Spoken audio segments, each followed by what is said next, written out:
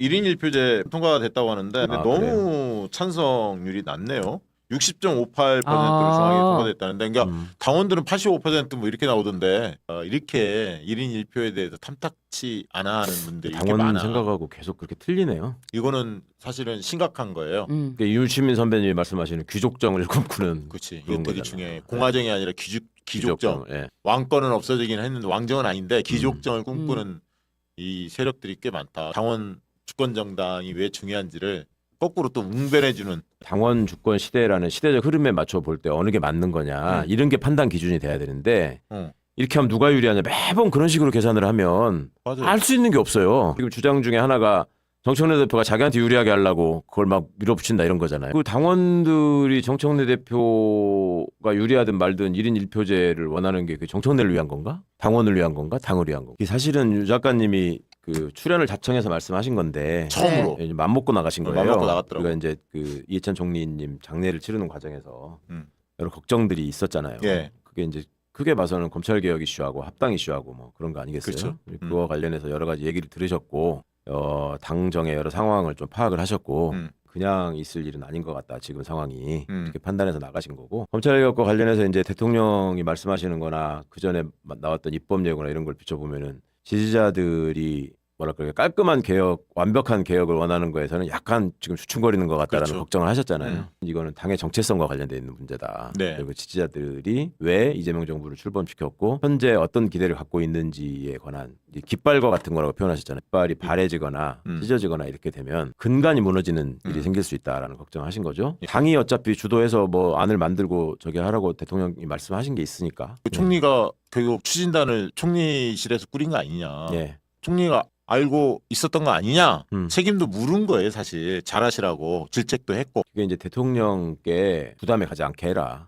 이런 말이죠. 약간의 삐걱거림이 있을 때 그걸 중간에서 완충을 하고 정리하는 사람이 있어야지 그걸 대통령한테 가게 하면 안 되는 거지 당연히. 근데 지금 그런 모습이 사실 좀 미흡해 보이는 건 맞죠. 원래 거기서 해야 될 일은 이게 분리됐을 때 후속 조치를 해야 될 게 너무너무 많거든. 그렇죠. 그런 것들을 딱 선별해가지고 범정부 차원에서 정리하라는 게 주요 임무예요. 공정거래위원회 전속고발권 문제. 네. 예. 그런 게 검찰에다가 고발하도록 돼 있거든. 네, 현행 그렇죠. 제도가. 예, 예. 앞으로는 그렇게 하면 안 되잖아. 그걸 어떻게 할 것인가. 이런 게 많아요 지금. 그렇지. 무조건 그간에 검찰로 돼 있는 게 많지. 무조건 다 검찰 중심으로 설계하니까 그런 걸 챙겨야 되고 그런 걸 다 짚어야 되고 그래야지 10월 달에 10월 1일부로 무사히 출범할 거 아니에요. 그렇지, 그리고 그렇지. 이 직원들 다 어떻게 할 거냐. 검찰에서 이쪽으로 넘어오는 사람들 호봉체계나 직급을 어떻게 할 거냐. 이런 게 사실은 되게 중요한 문제고 그런 대비는 얼마나 돼 있으며 그다음에 기존에 쭉 얘기해왔던 지금 뭐 30년 가까이 얘기해왔던 이 검찰개혁의 주제가 지금까지도 이렇게 터덕거리면서 또 여기서 왈가왈부해야 될 일이냐 이런 점에 대해서는 많이 좀 생각을 해봐야 되죠. 이런 일종의 혼란이 있을 때 이해찬 대표님이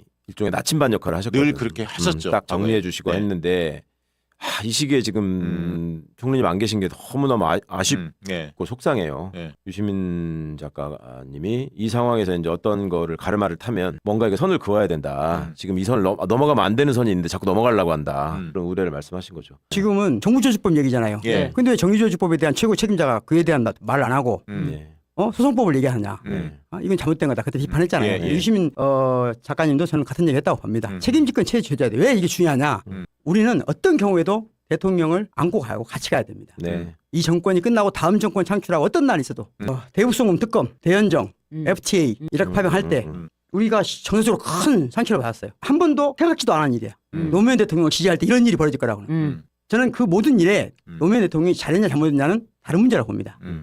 정치는 한 진영이 자기들의 꿈을 펼치는 거예요. 예. 근데 그게 적극적으로 꿈을 펼치는 경우는 양보할 수 있습니다. 코스피 5천 못 갈 수도 갈 수도 있고 더 갈 수도 있는 거예요. 이거 가지고 상처받는 사람은 없습니다. 네. 그런데 마지노선이라는 게 있어요. 감정적 마지노선. 여기가 건들리면 안 되거든요. 여기 건들리면 이게 하루 이틀 끝나는 게 아니에요. 저는 노무현 대통령 당시에 큰 상처 받았어요. 나만 받은 게 아니라 노무현 대통령 지지했던 모든 사람이 상처 받았습니다. 그래서 저는 당시에 제가 지금까지 후회한 건 딱 하나예요.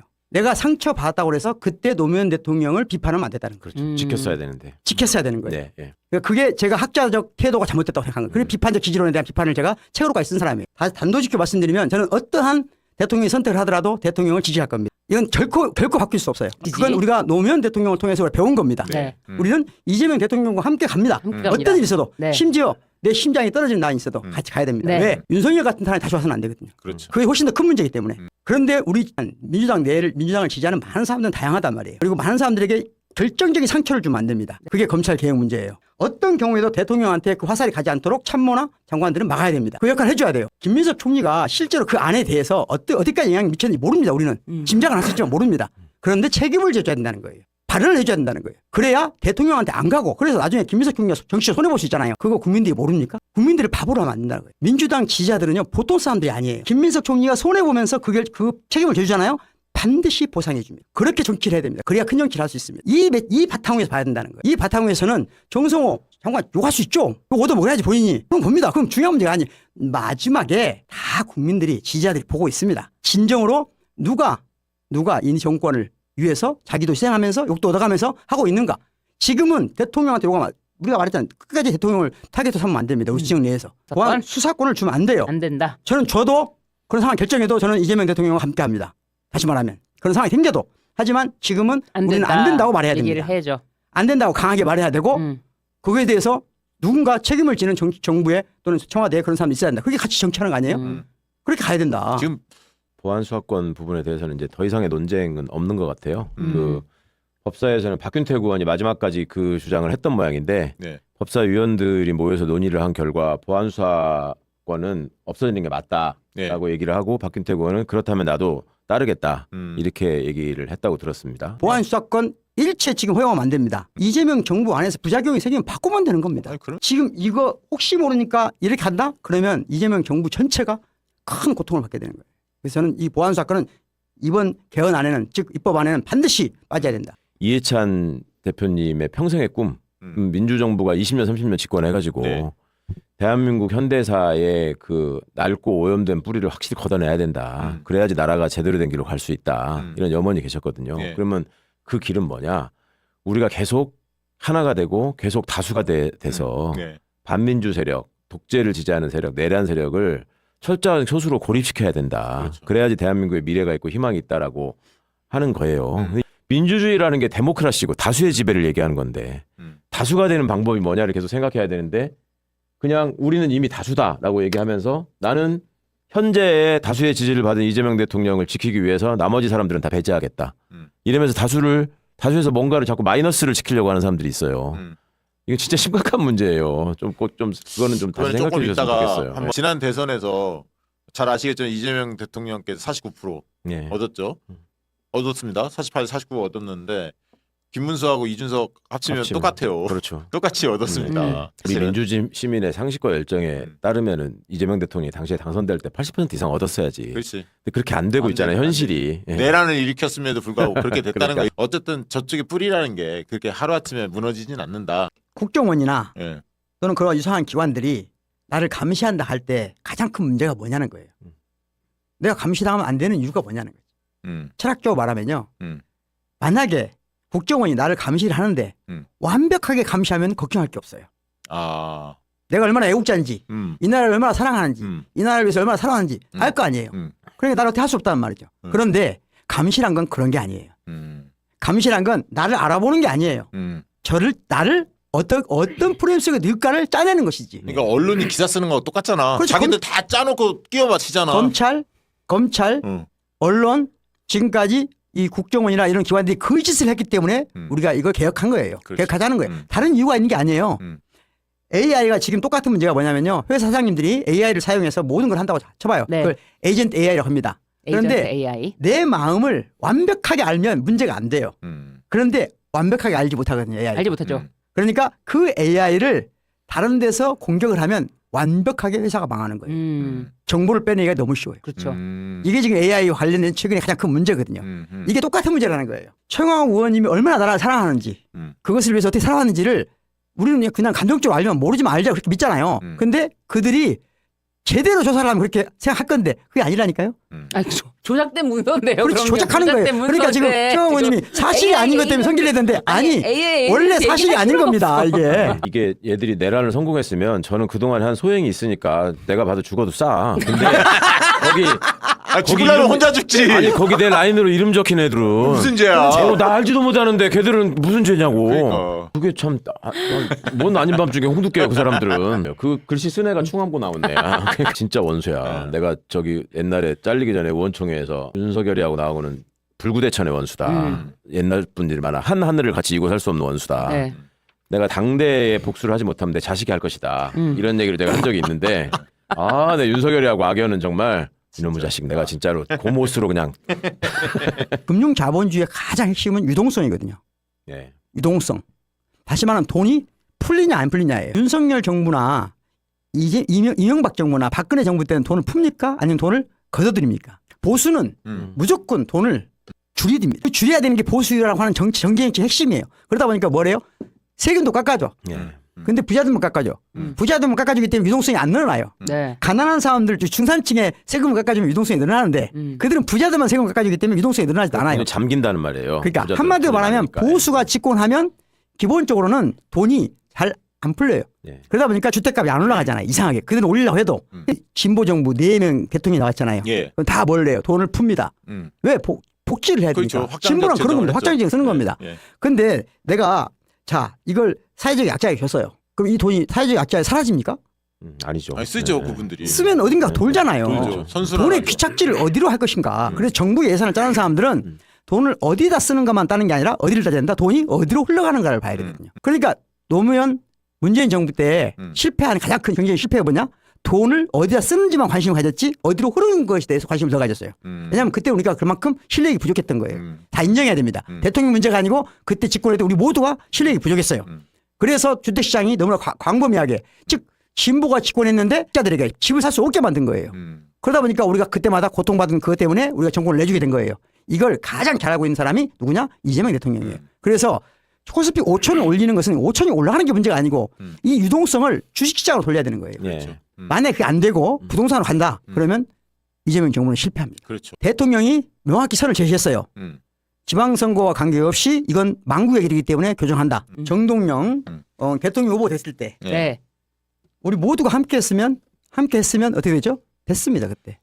이명박 같은 괴물이 안 나왔습니다. 민주당이 다 함께 했으면 정말 윤석열은 안 왔습니다.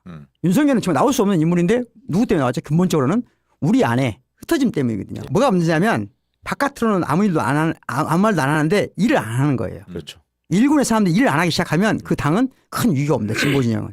진보란 함께 정치적 에너지를 모아가야 진보가 이길 수 있어요. 그게 아주 중요한 거다. 그래서 그렇게 할 수 있는 방법이 뭐냐. 누가 되든 이긴 사람, 우리 당내 선거는 무조건 이긴 사람을 지지합니다. 저는. 다음 대선 후보가 누가 되든 나는 모릅니다.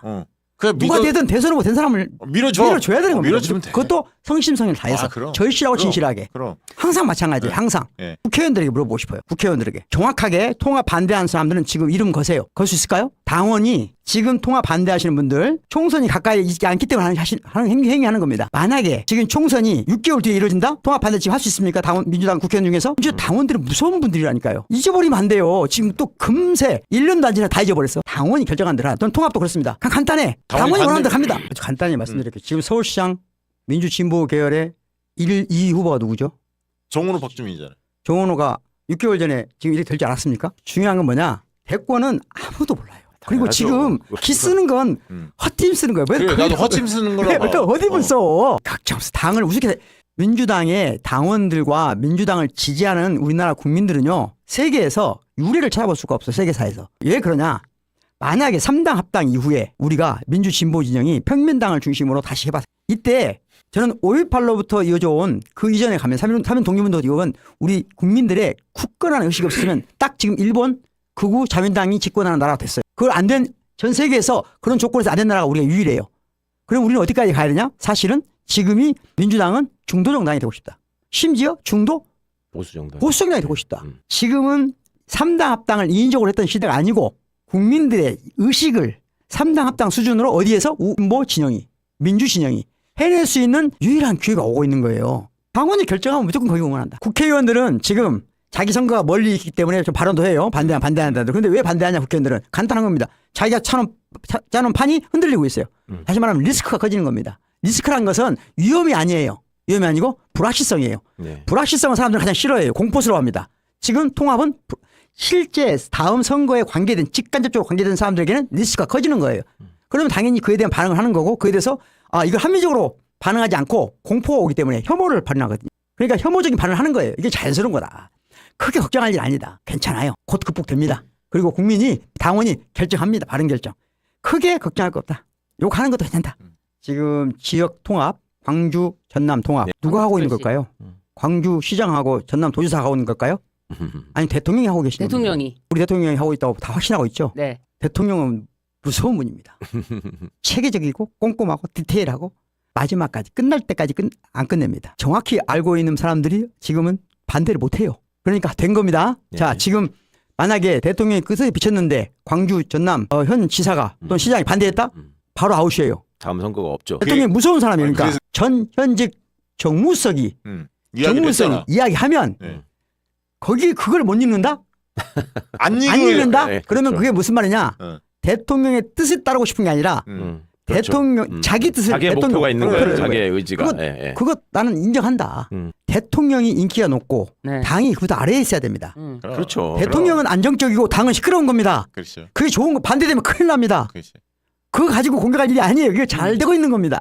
당은 시끄러워도 돼요. 대통령이 당보다 앞서가야 됩니다. 아이, 그럼. 당연히 그리고 대통령은 안정되고 그렇지. 당은 시끄러운 겁니다. 그러니까 이재명 대통령께서 중도 연합 그러니까 중도 보수까지 확장을 이야기했는데 이게 그냥 얘기하시는 게 아니거든. 구구가 집권할 수 있는 토양을 만들어주면 안 된다. 굉장히 위험한 시기가 올 수가 있다고 봐요. 조금이라도 저 구구 세력들이 국민의힘을 먹고 그 국민의힘이 집권할 수 있는 조금이라도 빈틈을 보여주면 안 된다. 그리고 그것이 미국 지금 뭐 미국의 구구 세력들하고 다 연결돼 있잖아. 지금 흐름상 보면 우리가 확장할 수 있는 거 최대한 해낸다. 국민의힘 쪽에서도 땡겨올 수 있는 사람들 있잖아요. 최대한 땡겨오자는 주의예요. 그래서 우리 쪽을 60% 연합은 구축해 놔야 한다. 안정적으로. 구구가 꿈을 꾸지 못하게 한다. 적어도 대한민국에서 쟤들이 집권할 수 없게끔 완전히 구석으로 몰아야 한다. 그래야 안정적으로 20, 30년 동안 우리가 상식적인 정권이 민주정권이 안정적으로 집권할 수 있고 우리 사회가 건강해진다. 아니면 AI 시대에 들어서면 불평등 더 커질 수 있거든. 여러 가지 혼란스러운 상황들이 계속 조성이 돼. 이 연합정치 합당이면 더 좋고